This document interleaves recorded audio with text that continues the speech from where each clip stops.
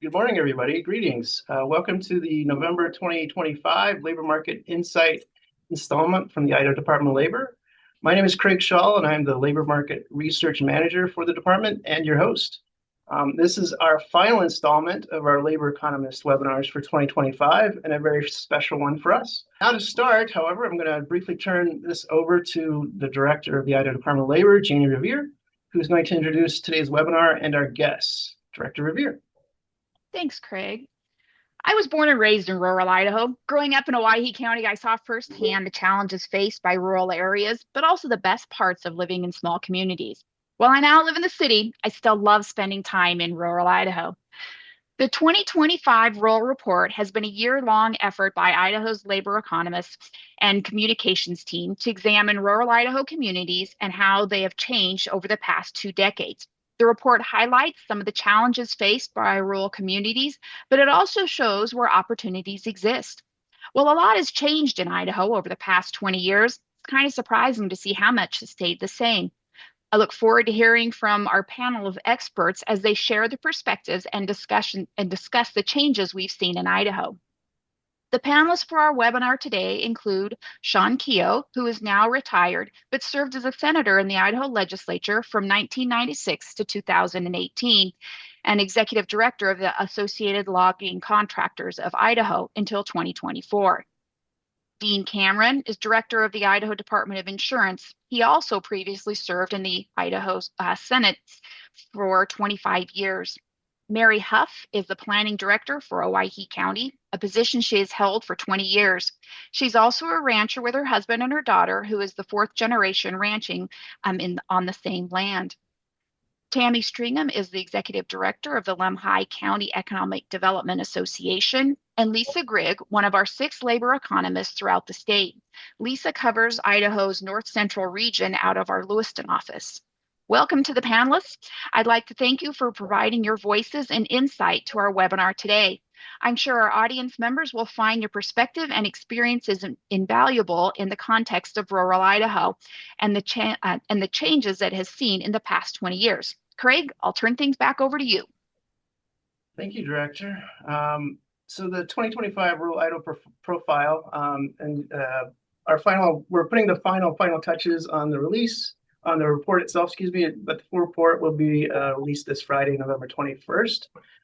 This is a big lift for our labor economists and communications team, and a big shout out to them. Thank you to this crew for their tremendous dedication, effort, in completing our 20-year retrospective and making it the exceptional product that it is. We've already had 2 webinars this past year focusing on aspects of the rural profile as we completed them along the way. But as this webinar is our capstone for the project, instead of going through those graphs and rehashing what we've already done into, we thought it'd be very important, and we wanted to hear from Idahoans who live, work, and breathe rural and a part of this quintessential aspect of the state, and can speak to what rural Idaho has experienced over the past 2 decades. Just a reminder, this webinar is scheduled to end at 12:30. We'll dedicate an hour to moderated conversation among our panelists today. The remaining time will be reserved for questions from you, the audience, but you're welcome to throw in questions into the Q&A as we go. Just hit the Q&A button at the bottom of your Zoom screen there, and we'll address those at the end, and maybe 1 or 2 if it makes sense to in the middle. But enough for me. I was going to say let's go, but I think a more appropriate might be let's ride. So let's do so as the opening frame point, and I'll kind of call out each of our guests here today to answer this in turn. But one of the most challenging aspects of studying rural areas is for researchers is how to define it. I think that's actually a challenge for anybody. And how do you define rural? There isn't a nice one-size-fits-all tidy definition.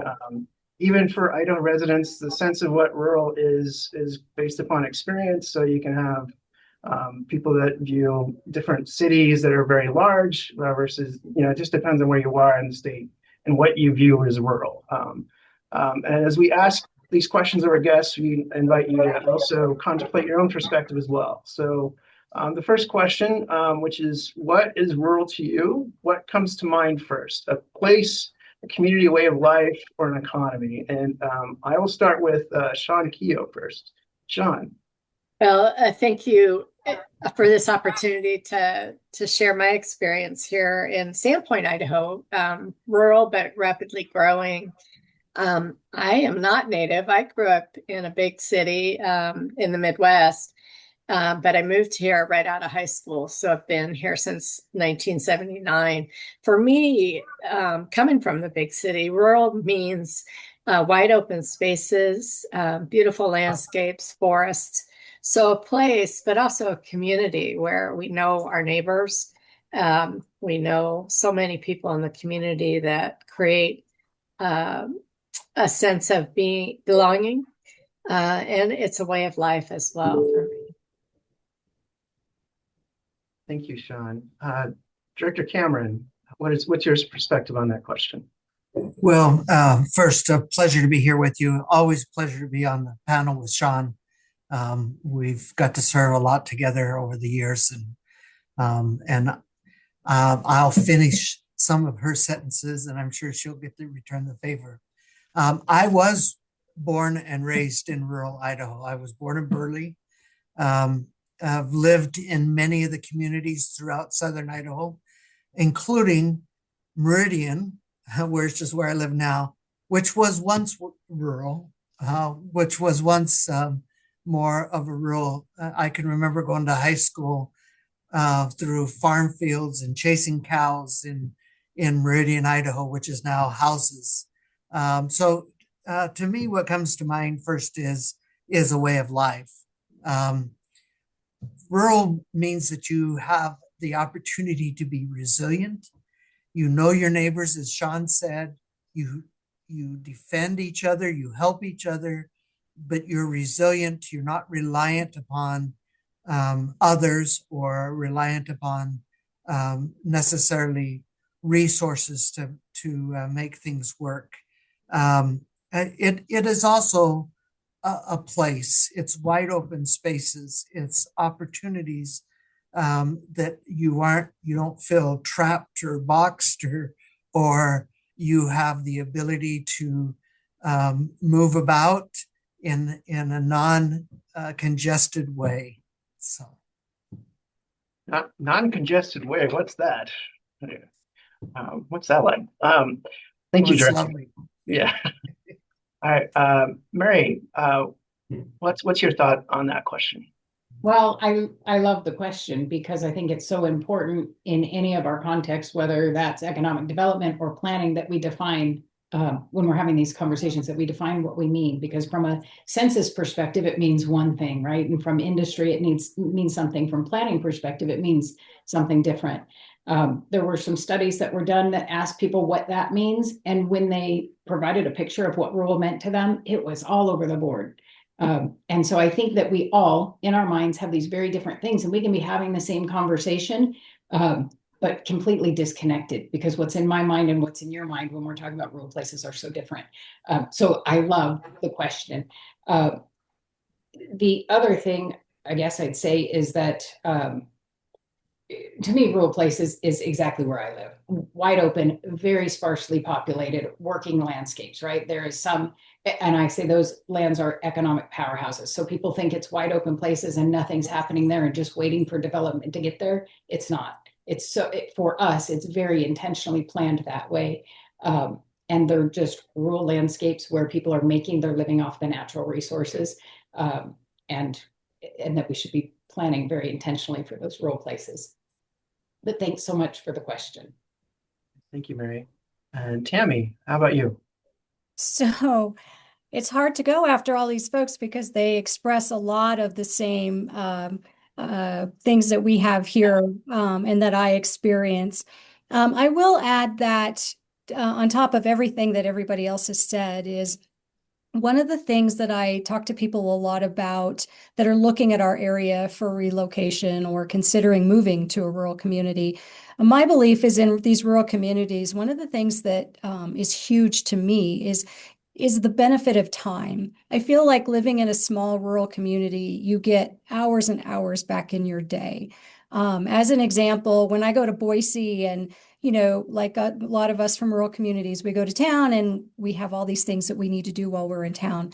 But every stop I make takes me 15 minutes, 20 minutes, 10 minutes.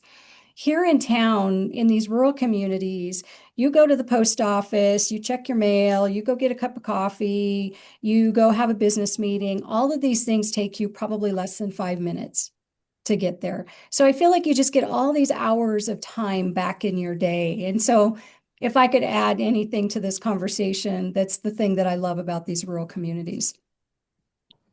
Thank you, Tammy. And Lisa, how about you?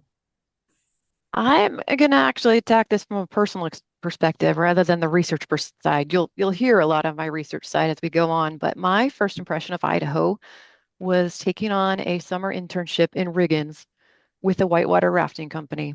I grew up in small town logging, Oregon, and so small town was familiar. The agriculture was not of Idaho, but the perspective from the river that first time of really embracing the beauty, but also respecting it, and also seeing how far away people come to experience it, and realizing just how special that what we have, and sometimes we take it for granted.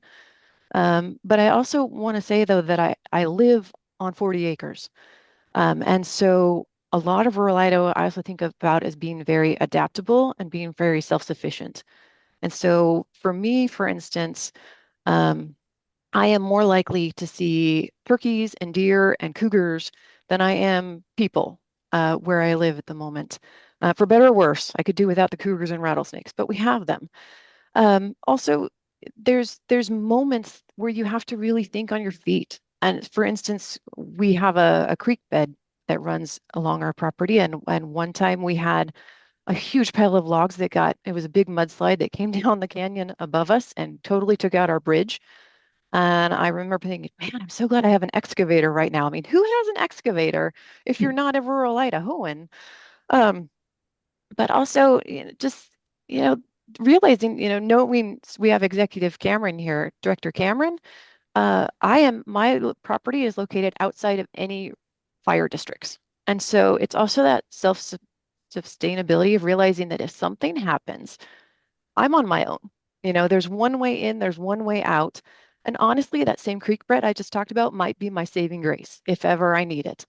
And so it's also preparing myself and knowing that we have to have the right equipment and we have to be set up.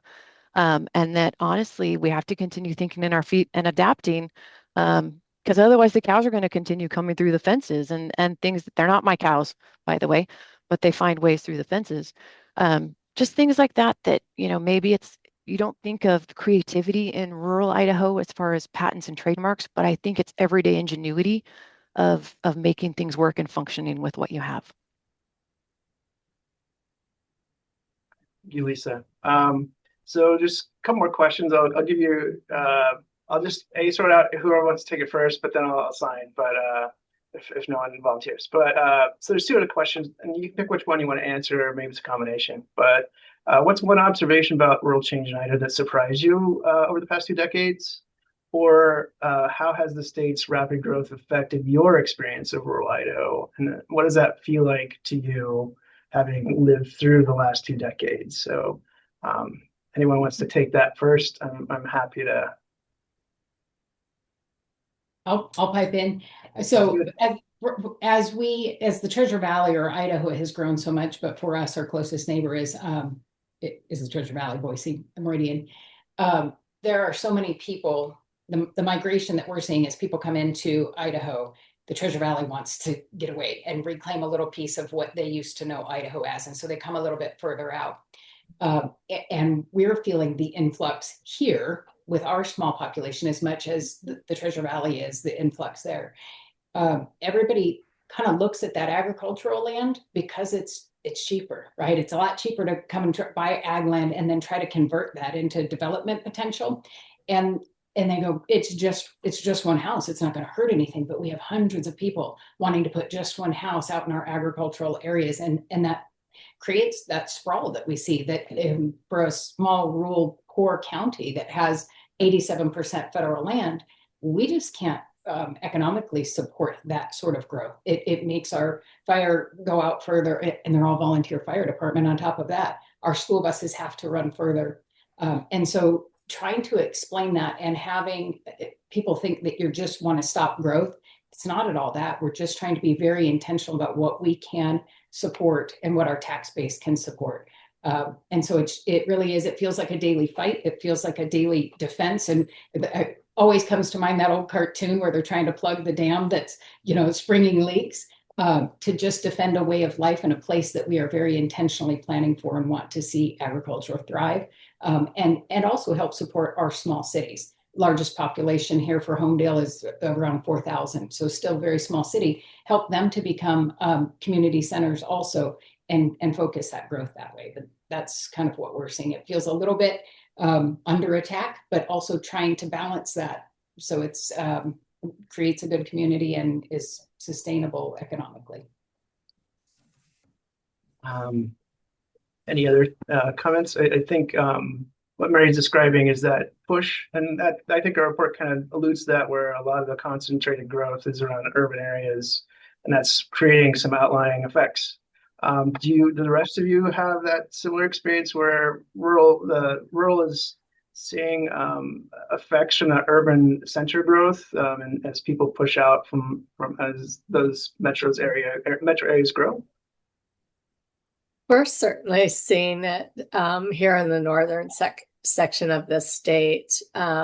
Places like Sandpoint and Coeur d'Alene, Kootenai County in particular, it has seen a tremendous amount of growth. What used to be the Rathdrum Prairie with fields of farmland and crops, dryland crops, is now growing houses, and it's pretty eye-opening to drive through the prairie and see all the homes that are being built. We need those homes for the population growth, but at the same time, it's sad because we're losing that agricultural land. In the north, similar folks are moving in, and they are buying their 5 acres, 10 acres of forest land, and not understanding that with forest land, as with ag land, comes a responsibility to care for the land. The fire trucks may not make it to where you want to build, if there is one anywhere nearby, because we're reliant on volunteers. So we're seeing the increased impact of growth. And then I think the other thing that I've observed in the last 2 decades that's distressing is folks that have come here for their piece of paradise, but they bring preconceived notions from where they are about what we are here in Idaho, and attempt to fix the problems that don't exist here. And that creates tension and within the community that we didn't have before. And so that is challenging. Cami, how about you? So when I took this job 15 years ago, I started in Mackay, worked there for 5 years, and then moved to Salmon, to the city, really, to work.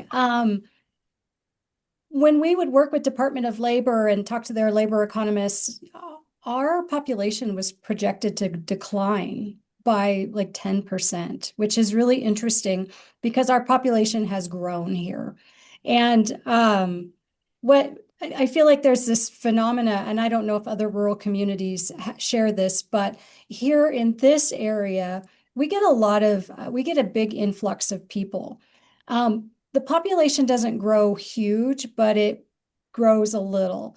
And it's interesting because we'll get all of these new people moving in, but at the same time, we'll have the same amount of people, for the most part, moving out. So if people move here, they stay 18 months to 2 years, and then they move out. The rural community, and I think maybe we have some exacerbated issues here because we're so geographically isolated. People move here, they think it's this idyllic spot, which it is for those of us who appreciate it for what it is. But they don't last. Our nearest population center is 2 hours 2.5 hours to Missoula, 2.5 hours to Idaho Falls. So it's interesting to watch the population kind of ebb and flow, but really never change. It's just the people changing in and out every few years. So yeah. Thank you.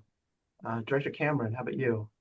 Yeah, I would say something similar. I was thinking about an experience that we had. I have my middle daughter, her and her husband farm, and they live down in the middle of farm country. And we have folks moving in near their farm that are from other places. And then they are concerned about some of the farm trucks and et cetera that drive on the roads, et cetera. So it's always, the question was, what surprises you? I guess it's always surprising to me. It's not surprising people want to live in rural Idaho. It's wonderful. It's what we all aspire. What is surprising is that people want to come live there and then they want to change it towards what they had wherever they came from. And so that's a challenge. It's a challenge when you live in an agricultural community, and if citizens move there and yet they don't want to support that agricultural lifestyle, then that creates some, as Senator Keel said, that creates some conflicts, or potential conflicts in the community. I love the way of life, and I think that's what makes it attractive to people who live there, and not the changes. So that's sort of a battle that there's a battle that is sort of the fight of the soul of rural Idaho in some ways. Right, great, thank you. And then Lisa, I'm going to have you add yours, but as we do, I'm going to throw up the next slide as a transition because we're already kind of into it a little bit. So I'll just kind of throw up that slide as we transition. Go ahead, though. What I was going to say was every Idaho resident's perspective is different on what Idaho is now versus what it was and how, why they're here. And for me, I'm not a native Idahoan. And so I love Idaho and I'm so thankful to be here. It's all relative on where you come from and what you're seeking. And I feel like Idaho, especially rural Idaho, reaches those. But you talk to my husband, who is a native Idahoan. We just went back to his hometown this last weekend.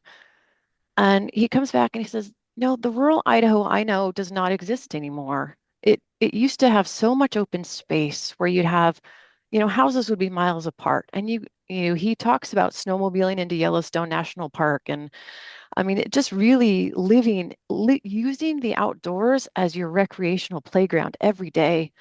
And for him, he says that's not possible anymore. And so we have very different perspectives on what rural Idaho is compared to what it was and where it's going, and how happy we are to be here. I couldn't be prouder to be in rural Idaho. My husband, on the other hand, I think kind of wishes we were back 30 years ago, and you still had some space to roam, and you still had a lot of places where you could hunt by yourself and fish by yourself. I think he really kind of misses that. But I do want to say that leading into the population, it's not new that Idaho has had fast growth. And I think the realization has come that this is not going to stop. This is not a 1 year on thing. This is not a temporary thing. It's been ongoing for decades. And the pace since the pandemic has only increased it. Since 2020, we had 15 counties in Idaho who would have lost population without migration. So there's two aspects to population growth. There's natural population growth, which is if you have more births than deaths. And then there's migration, which is people from outside coming in. So 15 counties would have lost population. Of those counties, 14 of them were rural. The other one was Nez Perce County. We kind of act like a rural county, even though we are considered an urban county. But those 14 rural counties just naturally would have lost about 2,000 people together in their population.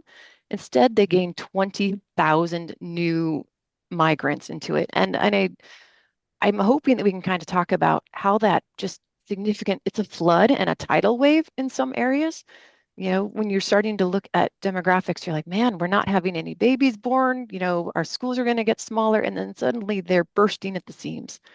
And so that's one of the things I've really realized over the last 20 years is that the pace of growth, even though it seems like it's going to keep going, has been astronomical in some places, but also very slow in others. So that's where I'm going to lead into with population.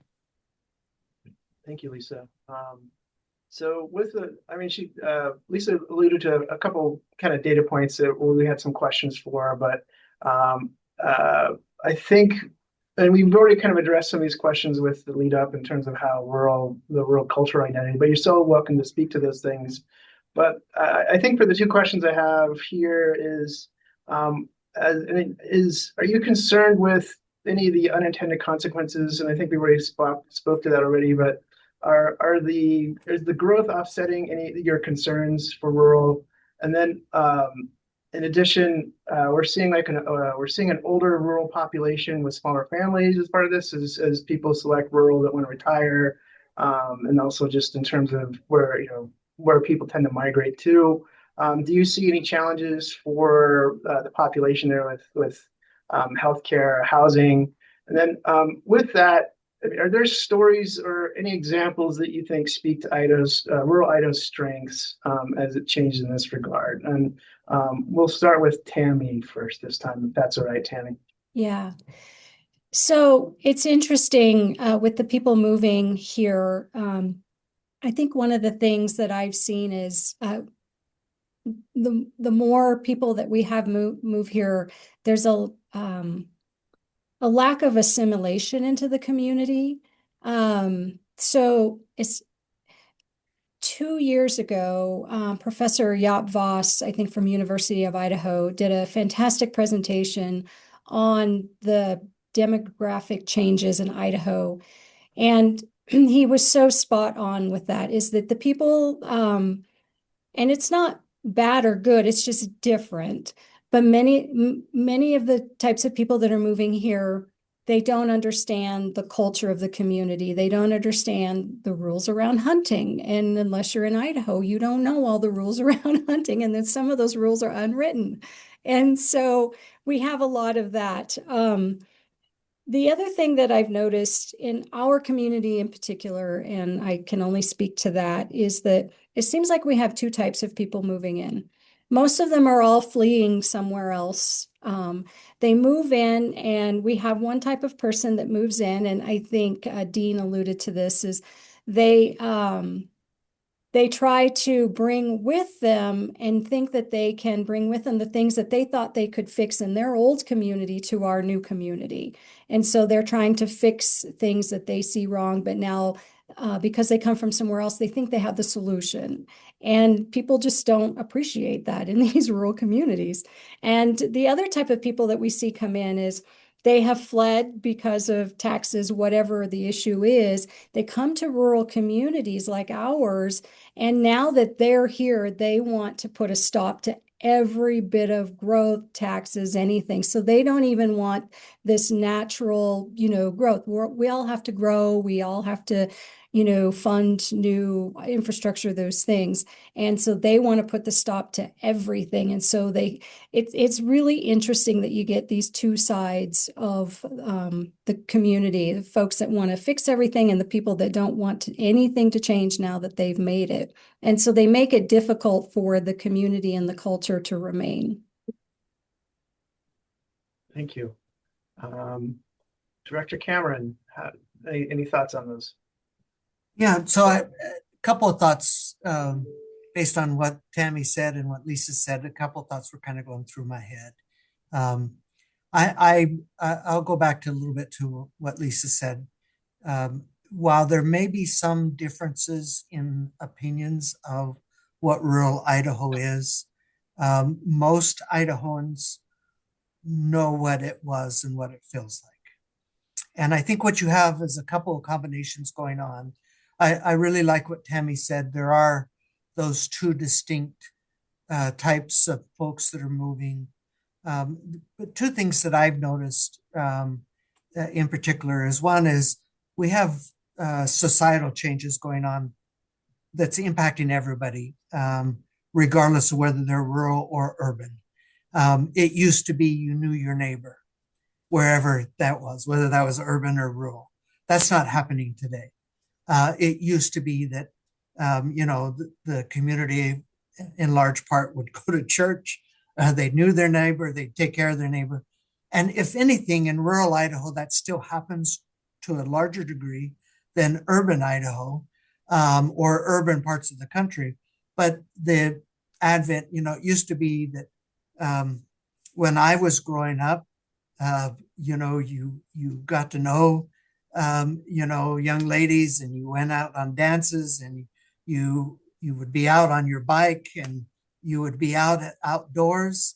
And still some of that occurs, but not as much. Kids are more on their device.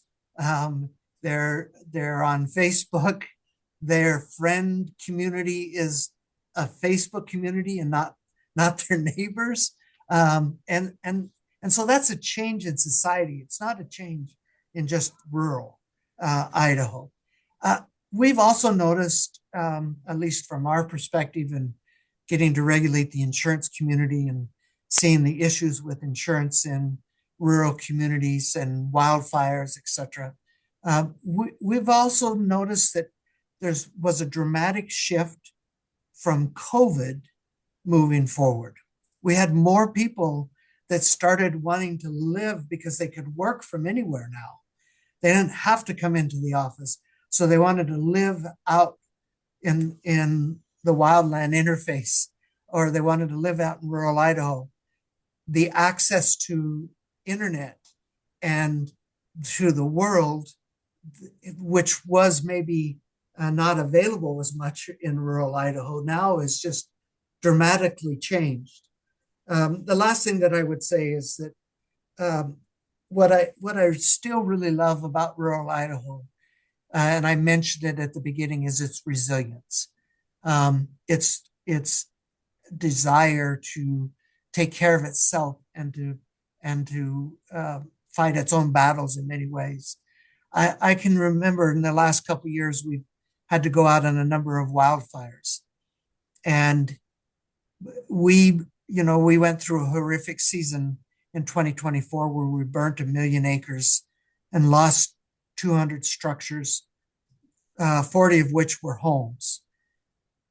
That number could have been triple the number, but for the heroic efforts of the community, volunteer firefighters, volunteers. I mean, I can remember going up in Juliet, Idaho, and a 12-year-old is in a tractor plowing a field line to keep the fire from spreading to their neighbors.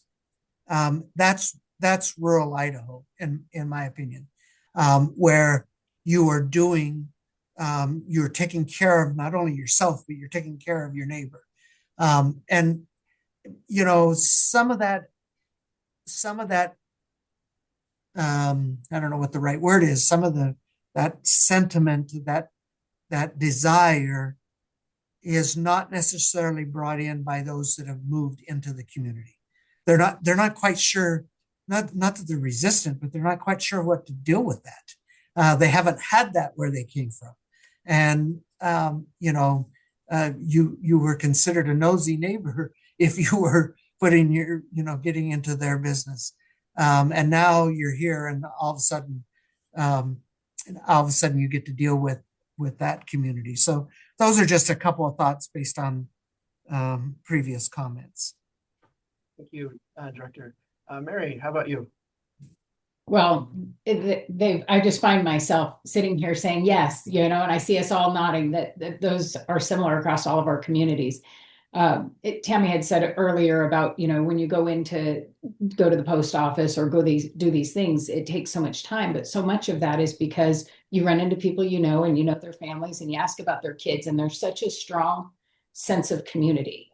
And that is changing. That's threatened. And just I get choked up about it because the people here, and I'm sure in your communities too, are so proud of the history and the heritage of that place.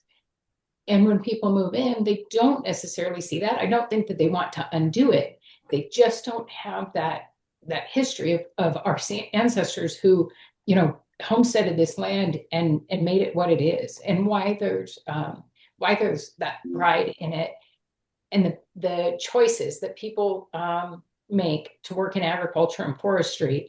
That's backbreaking work, that's hard hours, that's low profits, because they love it. They love the land. They love the way of life. And just to see that part threatened. And then one thing about the report, you said we see this older demographic going to these places.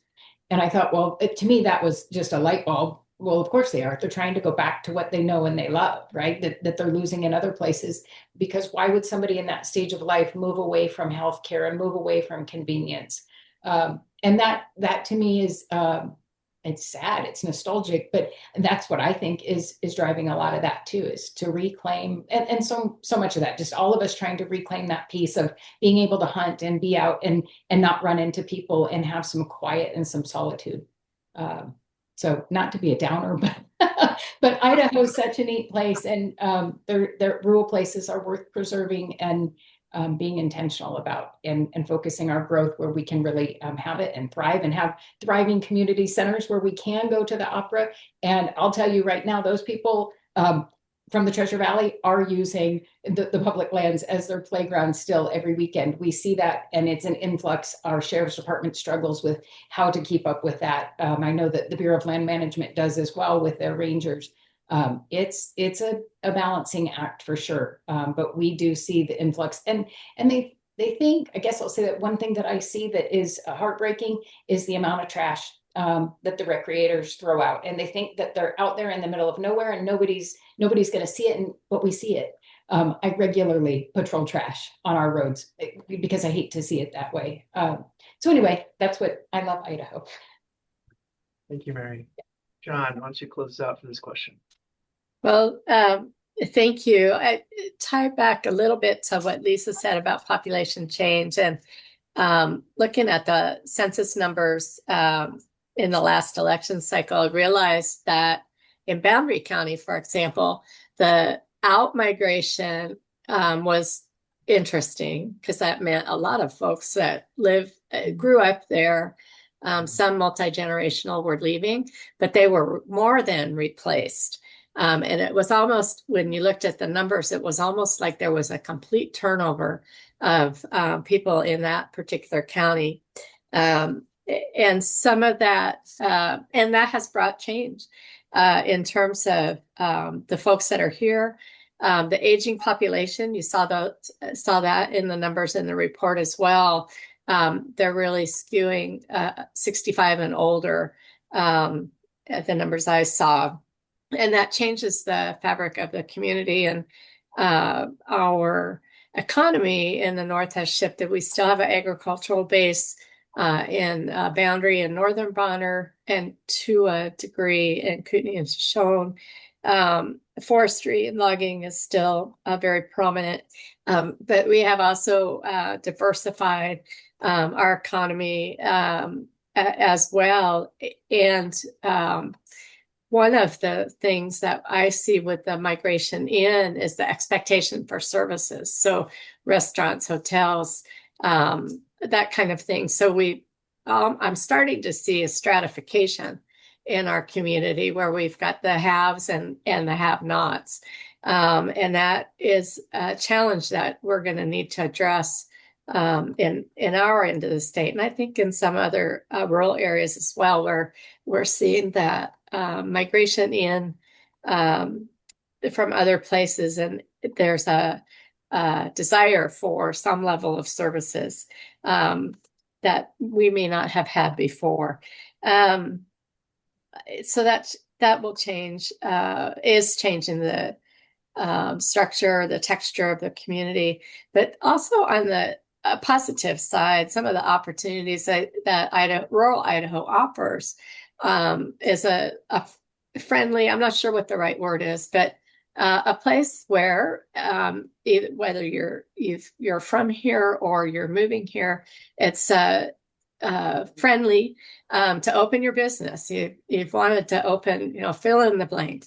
Or you've got a business like Buck Knives, for example, that moved from a regulated state and moved to Post Falls, Idaho, and has done very well. At the same time, we have some homegrown companies like Lighthouse Dressing that started with a very small family with the kids making the blue cheese dressing, and now they've grown across the continent and provided jobs as well. So that although there are some challenges, a lot of challenges with the growth, there's also some opportunities that we're seeing as a result of that. And I guess the last piece I would offer up is, in spite of the challenges, when our communities, our rural communities, if there's a tragedy or a fire or some sort of an emergency or an extreme need, the food banks this last month or so, the community has pulled together to make sure that people were cared for. And so that's one of the things I love about rural Idaho is you've got all these challenges and all these differences, but when push comes to shove and there's a problem, the community bands together and figures out how to solve it.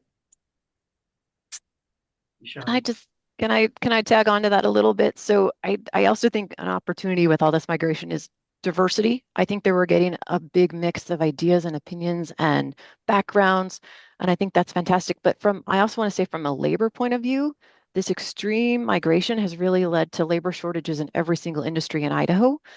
And kind of like you said, Sean, everyone still expects services. They expect that when they're there, they can go out to eat and that they're going to have health care. And it really strained Idaho's labor availability. In the peak months of 2022, we had 3 times as many job postings as we had people who were unemployed in the state. And when you start talking about some of those things with employers, like, why can't I find anyone to work? I have opportunities but I can't find anyone. And the problem was that everyone's in the same boat. You're poaching. There's such a small amount of people who are not working, who want to work. It's really strained a lot of, especially our rural communities that have somewhat of an older demographic and don't have as much labor supply that they can just offer up freely. And so I think that's also just an important point. I wanted to bring them out just from the labor side itself. It created really interesting challenges as well. Thank you, Lisa. I think that's a great transition to our next section. It's almost like you knew about this report or something. Sorry, I guess I had an inside view. Yeah. I have really just one kind of question a little bit here. And since we're the Department of Labor, we'll focus in on workforce on this question. But one thing that the report does demonstrate is that rural Idaho remains rooted in its goods producing sectors like agriculture and manufacturing. And then also, but there's also the added component that we alluded to earlier, that broadband and internet accessibility has been growing in rural areas. That's something that, especially last few years, has been a bigger push. With what Lisa said, and also what you see in terms of how the economy, workforce challenges of rural Idaho look, if you were to design the next generation of rural jobs, what would they look like, and what skills, infrastructure would they require? And for the first, we'll start with Mary on that one. Mary, you're up. I'm probably not the best to speak about this. I love that we have the technical schools that are being promoted, versus continuing education at a, university. And a lot of our kids are choosing to go to and do some of those trades. For us, if industry comes to Owyhee County or other rural communities, hopefully that industry is something that supports the agricultural base as well. The Campbell's Tractor Supply or feed store or something like that. We'll probably never have a, J.C. Penney's out here. We're just too far from transportation. So if that was the question, what type, I think the trades for rural economies and not having the stigma that goes along with them, and also not having the debt that a lot of these kids are coming out of college with, and being able to have a profitable career in trades. Thank you, Mary. I'll go to Sean next. Sean, how about you? I think as I reflected on the question, I think I think that as we move forward, planning is critically important. I know that there are some that are anti-planning, but just kind of live and let it evolve. But we're seeing, especially in those rural areas where we're up against the growth and starting to see as people get priced out of Sandpoint, for example. They're growing into Priest River, they're growing into Bonners Ferry, they're growing into Clark Fork, and the challenges there. And then the folks coming in that want, as Director Cameron mentioned, they want that high-speed internet to do their home-based business. They want electricity and water. And I guess that's what I see moving forward, that planning and building upon what we have in those communities, whether it's agriculture, forestry and logging, or some other recreation. I think of in salmon, for example, in Riggins, building on those, building on what's there and expanding that base into other areas as folks have a great new idea or want to bring their business here. But that means that we need to continue to support water systems. We have, in my opinion, we have too many septic systems, especially around our big lakes and waterways. Sewer, need to grow our electricity base and our internet base as well. We've made some great progress, for example, in broadband internet, but much of rural Idaho is still unserved.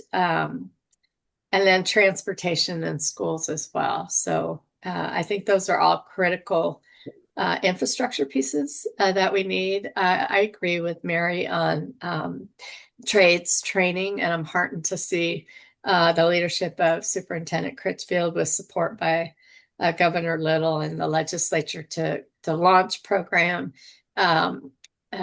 Superintendent Critchfield focus on CTE skills at the high school level and being successful at securing funding that's allowed Portofino High School, and I've been places across Idaho to rebuild or build for the first time their shop, and working with businesses, local business partners, to grow those opportunities for training. Because even, I know Senator Cameron will remember over the years that we served in the Senate, as much as there's been an effort to push kids to go on to college, still the overwhelming majority of our students don't.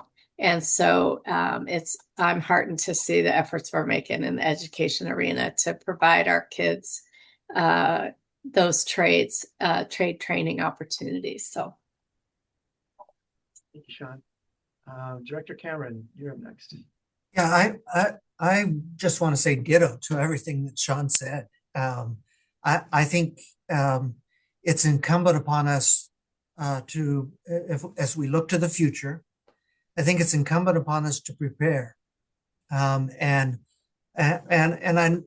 sometimes people connotate planning with some negative impacts that they see coming out of planning and zoning and et cetera. I'm not necessarily talking about that, but I am talking about being wise in our choices and wise, because if we, and this would be the argument I would make to those who don't want to, is if you don't plan ahead, if you don't prepare, then you're more susceptible to losing that way of life that you're trying to protect.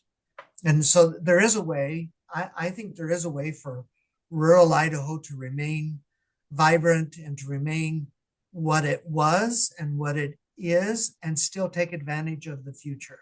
I think there's opportunities. I think we showed it during COVID that people can work from home. I think there's opportunities to do that. I think, as Sean said, there's so much planning that needs to occur, whether you're talking about roads, schools, or other infrastructure items. But even just one of the things that we're dealing with is people's access to property insurance right now. They're not being able to access coverage. because carriers are either pulling out of the state or they're being really restrictive on where they're offering coverage. There are appropriate steps that one can take in order to make your home more insurable and in order to make your property more insurable. And so those are just appropriate planning options. I think, look, I'm bullish on Idaho. I think our future is very bright. I think our leadership is very thoughtful for the most part, and I think Governor Little's doing a great job, and Superintendent Critchfield's doing a great job in leading us that way. I do think there are some political jockeying for positions and for the appropriate role that government and local government should play. And those discussions are healthy. There's nothing wrong with those. Those should take place. And those discussions, when they take place, they will help find the appropriate solutions. But I'm very bullish on the fact that I believe there is a real, if handled appropriately, there is a real opportunity to keep rural Idaho rural and to keep Idaho the way it has been, but yet have the opportunities that can be held via internet access, via other opportunities down the road. Thank you. Tammy, how about you? So here in Lemhi County, we are 93% public land. And our next neighboring community is Chalice, who we work very closely with, Custer County. They're 97% public land. And, you know, while I've been here in the last 20 years, I've watched our industries such as mining and logging, and even our ag has declined, but not as much as the previous two. So logging and mining have just plummeted. And so if I were designing our future, and we are working on this right now, is trying to bring back that logging and understanding it won't be the way it was, but we still need it because, like most of you folks in these rural communities, our communities are affected by our forests burning up. And so we are trying to bring back some of those natural resource, extractive industries, even on smaller scales, will make huge impacts on the economy of our community. And trying to work with our schools to help integrate some of that education into the school system and having career technical education classes that will help produce skills for those folks to utilize. But we need to rebuild an entire industry. Our forest products industry is completely devastated. We no longer have loggers. We don't have the infrastructure. So we're working on that. And, you know, a lot of those bringing money into the community from what we are not bringing in now because nobody's using any of our public lands for those extractive economies. Those are having those jobs and those businesses in our community, that's what pays for the infrastructure for all the recreation and tourism. So right now we have the benefit of all the recreation and tourism and can hardly keep up because we don't have the infrastructure to support it. So that's kind of where I would like to see us go. We are working on that, but I think it's very important. And you know, one of the issues that we've seen is we're seeing a lot of our regional mills close. Well, we just had a small mill open up here. And so our rural communities, I think, as we decentralize a lot of industries, such as our food products industries, like cattle, meat producing, packing facilities becoming smaller instead of larger, I feel like a lot of those industries are decentralizing, and our wood products is the same way. These rural communities will be the ones that house a lot of those businesses. And so that's what I would like to see us move forward with and where we're trying to head. Thank you, Tammy. Lisa, I'm actually going to have you, we're going to transition to the future of rural Idaho question. Lisa, why don't you go ahead? I'll share my screen here again. But I just want to, as I phrase the question or the framework in which I elicit some of our guests' expertise. So, what do you? I mean, the profile suggests that. I mean, it's clear that Idaho's rural identity remains vital. I mean, I think one of the things we talked about was that, regardless of what happens, I think I can't imagine there's a future where Idaho and rural don't go together. I think it's endemic. I mean, I think there's a permanent connection that way. Um, from your standpoint, and if you had a chance to look at our report, um, how would you what if you could capture Idaho's rural spirit in one word or phrase for the next generation? What would it be and why? And then, what lessons can other states learn from Idaho's rural evolution? Either strengths, what we've done right, challenges, those types of things. Lisa, go ahead. Without using the word vital, I would say inherently necessary. There's so much that drives Idaho and behind the scenes and rural. I mean, what we've seen over the last 20 years are these really niche agribusiness companies locating close to the farms and trying to reduce their costs, but also have access to this great research that Idaho offers in this area. And you're seeing, broadband is this huge opportunity, but it's still a huge burden for rural Idaho. All of your urban counties currently meet the FCC speeds for broadband. Only 4 of your 35 rural counties do. And so we still have a long way to go there. Broadband is going to increase not only your job opportunities, but also let's talk about precision agriculture. Let's talk about sensors. Let's talk about GPS systems. So many things that run on broadband that are just going to enhance Idaho's productivity in some of these areas. But I also want to say that one word, and I'm sorry if I'm stealing someone else's word, is fragile. Because it really is truly, we have amenities that you can't replace. And like you guys, so many of you have said, that careful planning and that careful balance of trying to really orchestrate, knowing that we need to grow, get a bigger tax base, we need to grow, but we also need to maintain and sustain an ongoing. Thank you, Lisa. Tammy, would you mind going first? You're on mute, by the way.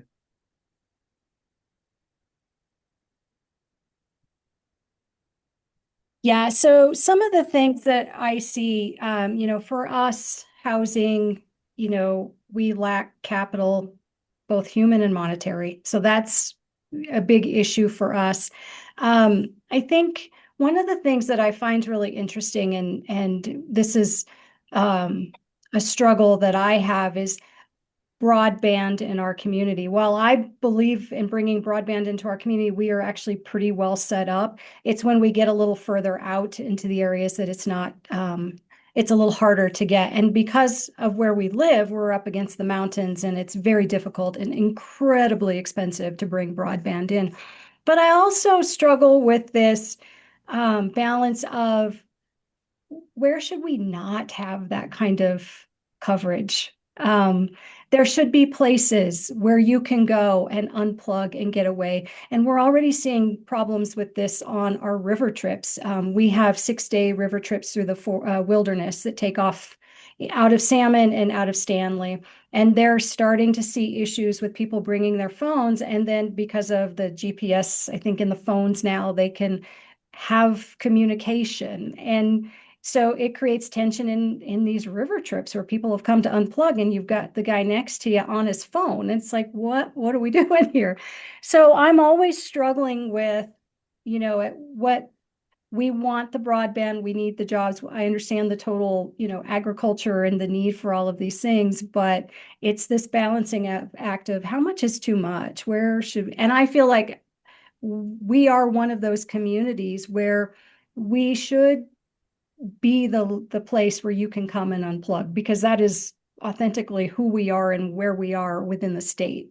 We butt up against the wilderness. We're 2.4 million acres of BLM and forest lands, and it's a great place for people to unplug. I do a lot of the tourism and marketing for our community. I try to be very authentic to our community. I try to focus on what we really are. And we are not a community that when 10 minutes from town, you lose cell coverage and you're by yourself. You go up into the woods, you have to be very self-sufficient because you may not see another person while you're up there. And so we try to promote our area to be very authentic so that the people that come here appreciate it for what it is and don't get themselves in trouble, because we talk about tourism and recreation, what a wonderful thing it is, but it's not great when you have to send your search and rescue team out, which is an all volunteer, to help these folks get back to safety. So those are some of the issues we have. Thank you, Tammy. Sean, how about you? Thank you. It's hard for me to capture Idaho's rural spirit in one phrase for our next generation or even today. I think somebody used the word authentic, someone used the word resilient. Those ring true for me, as does rugged beauty. When I think about why I stay in Idaho, one of my sons wants me to move near to where he and his wife live. It's like, I don't want to leave Idaho. I know there's challenges here, but I love the nature and the beauty, and I love the ruggedness and the resilience and the authenticity of our community. And so it just feels real. And so that's the spirit that I see in Idaho. And then everyone's summed it up pretty well. And I guess I would just look for us here today and for the next generation to continue to be wise in planning and conserving really what we have, and grow with planning so that we don't lose that. Thank you, Sean. Mary, how about you? The one word I would say that captures the rural spirit is tenacious. And I think going forward, that's going to become even more important.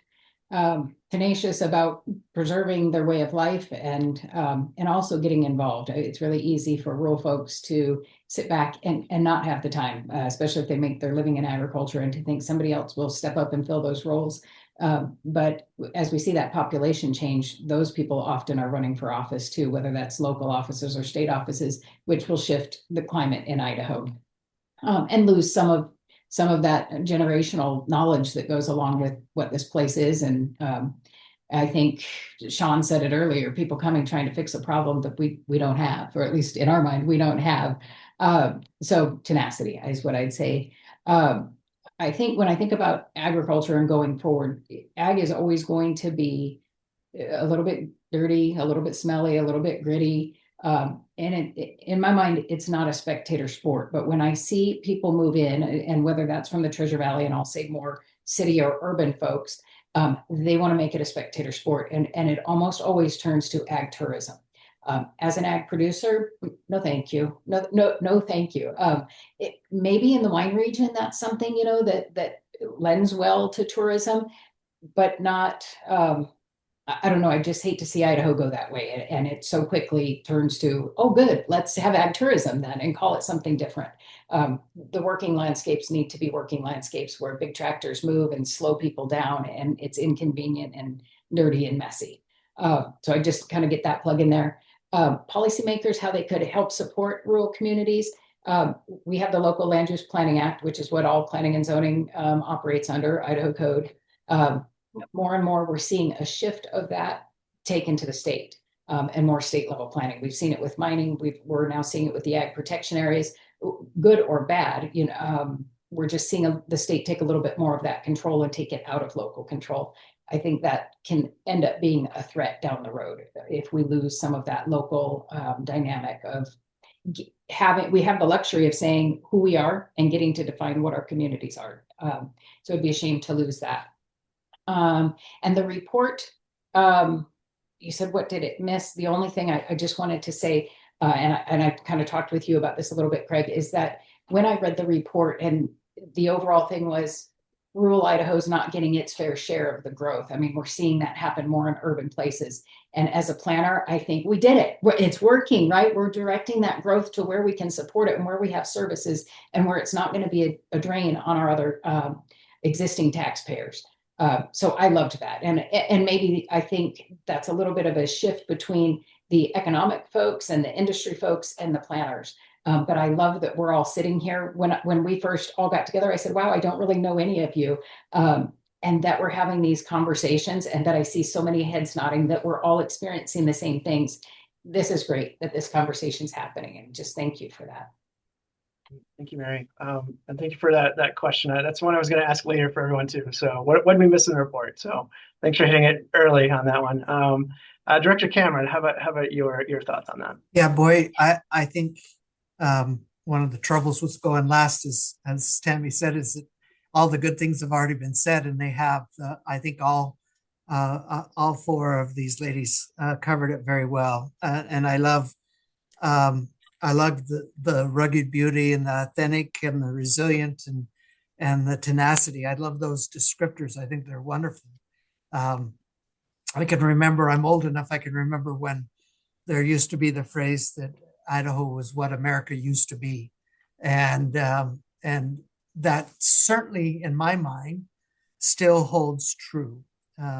Sarah Keogh and I served at a time when it was a common for us to refer how things were done as being done the Idaho way. And at times that was poked fun at, but in reality, to me, it meant something. And it meant that as policymakers, as leaders, you rolled up your sleeves, you listened to the problems, you tried to develop. You didn't just automatically go to one camp or another camp. You tried to figure out how it was that we were going to take care of the needs of Idaho and put the needs of our citizens above everything else, above all the politics, above all the noise that's out there in the world. And in my mind, we still have that today. I do agree. I think Mary said that sometimes we see folks moving in and then they run for office. And yes, we do see that. And yes, that can be a little bit of a struggle. But you know what?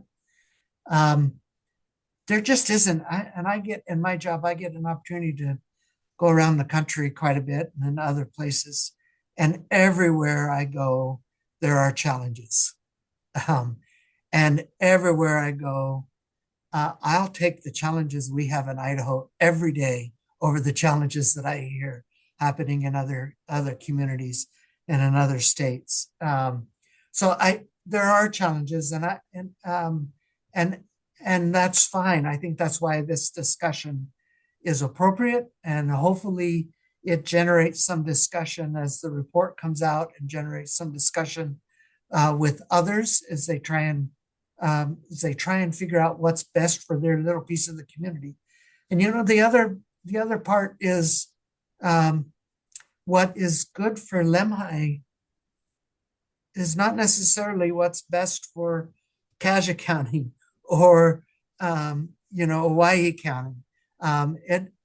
We all get to help craft what our community looks like and how we respond. And yes, there probably ought to be some of those spaces where you don't have internet access, but that's also a little bit of a challenge in today's world where many of us cannot unplug. I drive my brother crazy because I go up hunting with him and I got to have access because I never know when maybe the governor's calling and I got to be able to answer that call, right? Or maybe it's a member of the legislature and I got to be able to take care of their constituent. Those are challenges, but they're not insurmountable. I'm repeating what I said before, but I'm I'm really confident in our state, really confident that we will work through those challenges and find our way, because that's what we do. Thank you, Director. Well, if you can believe it, we've already been through a little over an hour in our discussion. It's gone by very quick. Thank you.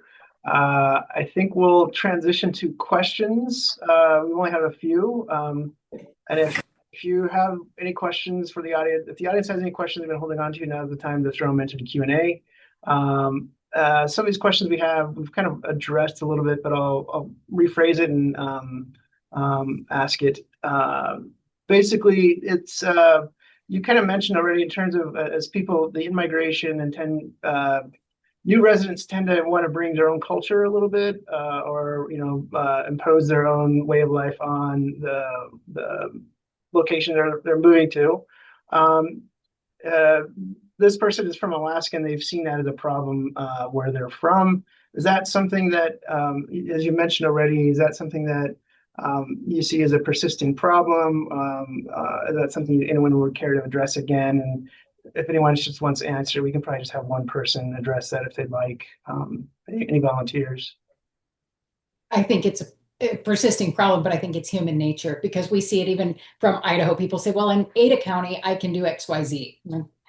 So I don't even think that's from outside states coming in. It's just where we all come from. We want to, it's funny to me, they left that place, but yet they want to reclaim that. And I think Sean or Tammy had said that earlier also. Yeah.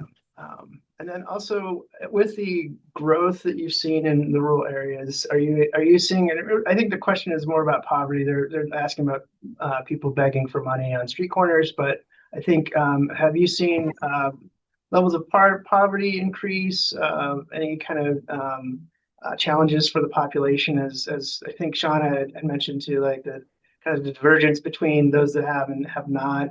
She mentioned that earlier, but are you guys seeing that as a bigger issue in your areas? Whoever wants to go on that one. Well, I think in my time here in this community, we've always had poverty. We've always had homelessness, but it was unless you knew where to look, or were in social services or education. My husband was a teacher for a long time, and he knew pretty much what was going on with students at home in terms of poverty and need, or living in their car. You didn't see it necessarily. I think as the population has grown, it's at least here in Sandpoint, in the last couple of years, I've seen more folks with their sign out at the shopping mall, for example. We have a couple of characters that are out to save the world, waving their signs to save the world at a very busy intersection. And that's new. I'm not sure what drives that necessarily, but it is a change that I'm seeing. I was going to add that in our research, we noticed that overall in the last 20 years, poverty rates have really declined statewide. But we are seeing more significant poverty in those over the age of 65 than we used to see. And that's actually risen while the rest of the population has declined. I also want to mention that the cost of living in rural is a little bit lower than urban, but there's a much lower percentage of families that can actually afford that. There's about a third of families that make the living wage to support a family for in your rural counties versus about half in your urban counties. So even though they do have a lower cost of living, a lot fewer families actually make that wage that makes that living possible. And so we're seeing commute times increase. You're seeing people, for affordability purposes, moving away and further away to try to be able to afford their housing. And then their transportation costs go up significantly in the process. But you're seeing these patterns of people having to move for affordability. Absolutely. I'll add just one thing on there, which we didn't talk about and relates maybe. the number one class of people committing suicide right now is men in agriculture, men over 65 in agriculture. There was a farm and ranch conference a year or two ago, and so much of the agenda was on suicide rates in agriculture. And I sit down next to this older gentleman, and we were both going to be presenting there. And I said, "Boy, I tell you, I just don't see this in my circles. I don't think this is an issue. Do you?" And he said, "Oh, yes, I'm presenting on it tomorrow," and proceeded to tell me how his father had committed suicide, and kind of on through that. So I think the struggle is real. And I don't know, like when we think of poverty, maybe some of us ag people just live in poverty and we're happy being there. But but I think as they get older and they're forced out of being able to do what they love, we're seeing some of that.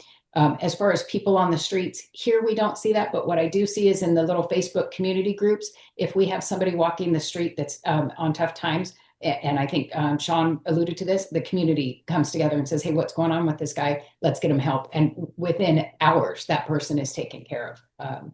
So I think that's just part of the sense of community and everybody banding together and protecting their own kind of.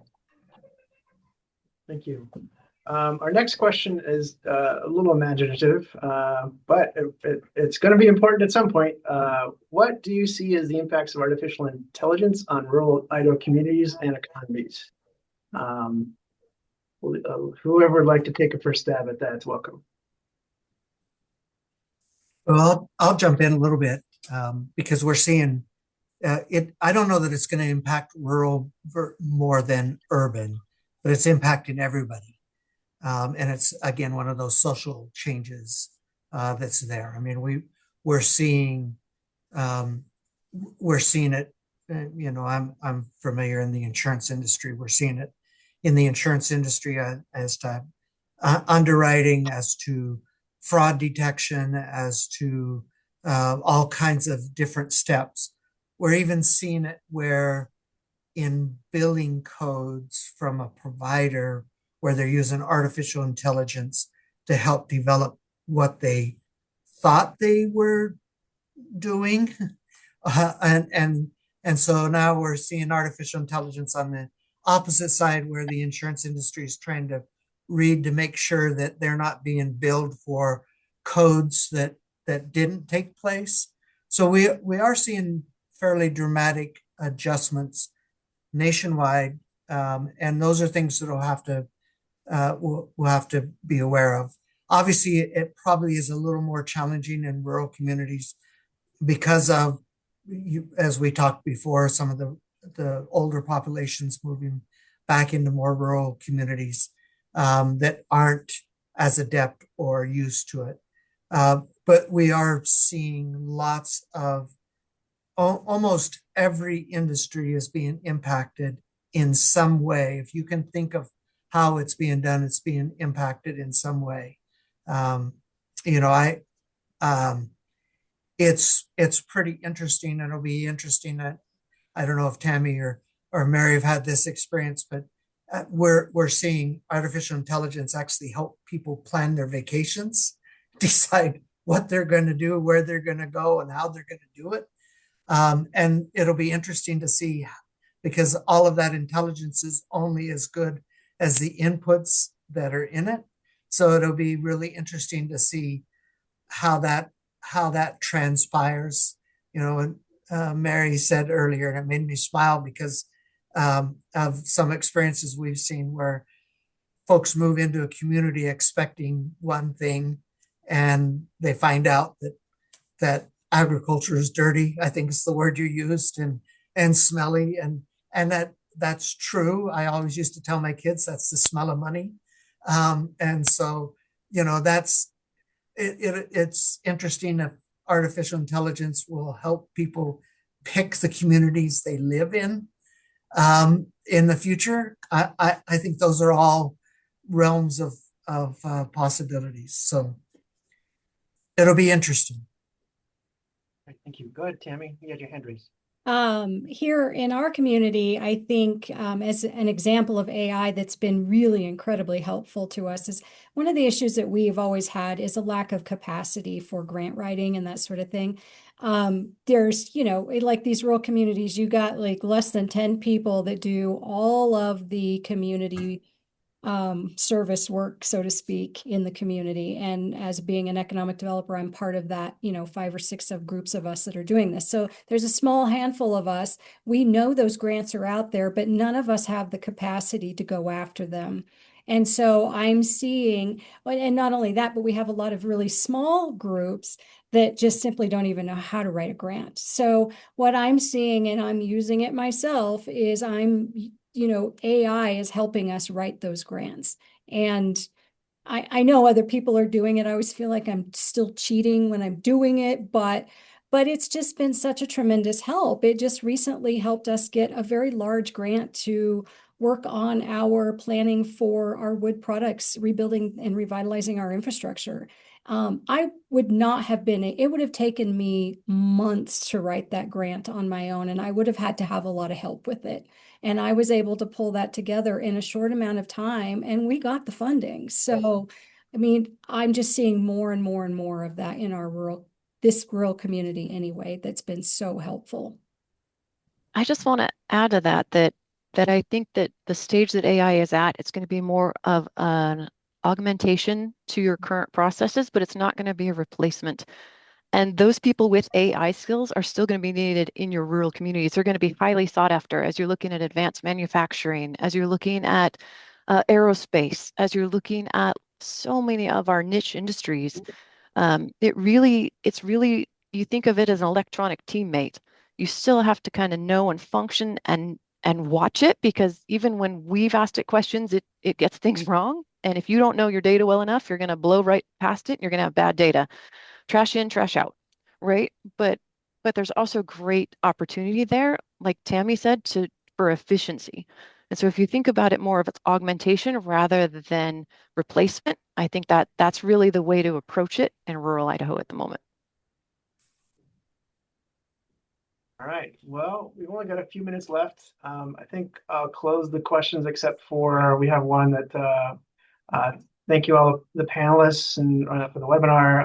And the copies of the rural report will be made available on Friday via email, and they'll be available electronically. We'll make sure all the attendees get an email where to find that. But before we end it all together, I really want to thank our panelists for taking the time to talk about rural today. It's been great. This has been very enlightening. I would like to offer you each like a minute for closing thoughts. And I think Director Cameron, I think I've made you go last the most, so I will give you the chance to go first. And here I was hoping I'd get to go last again. Darn it. I don't. First of all, thank you for the opportunity to participate and to be a part of this process. I think what we've talked about is extremely important, and I think it's really, as I said earlier, sort of the battle for, or the challenge for, the soul of our rural communities, and for Idaho in many ways. Idaho has just given me so much, and I am so grateful for the education and the opportunities that have been afforded me, both by the citizens of the communities I've worked with and represented, but also the opportunities I've had to serve and to work with others like Senator Keogh and many other colleagues. I am very confident in the direction our state is headed. I know we have challenges, but we talk about them, we work through them, we listen and try and find solutions, and we try and find solutions that are unique to the community where they exist. And I'm just very excited to see the future, and not at all worried about it. Thank you, Director. And actually, I'll just go in alphabetical order for last name, just so you know.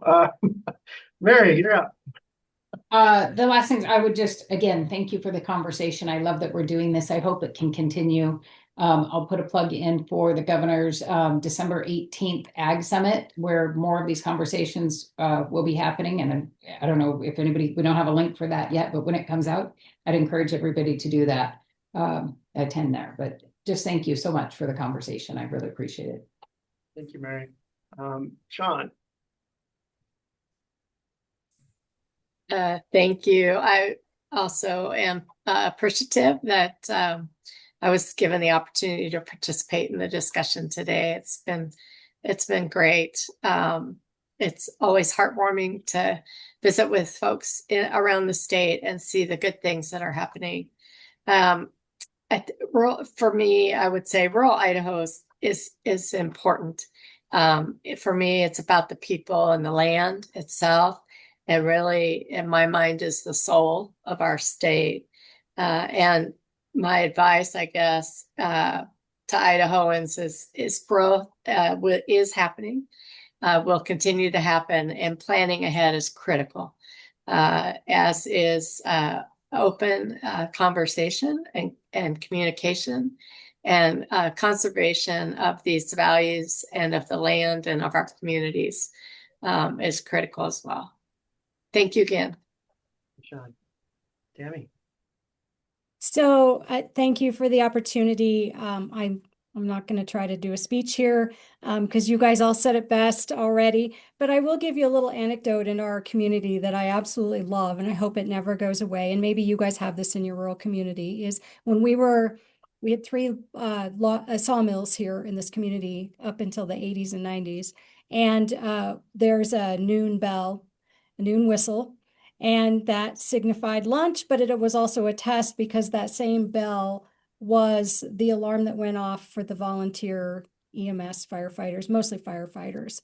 And so today we still have the test every day at lunch. And we get a lot of people pushing back on that. It's like, well, what do you need that for? And yes, they're all summoned mostly by cell phone now, and we don't need it. But it's just something that is so, I don't know, it's so nostalgic in the community. It would be a shame to lose it. And so we still have that long live the noon bell.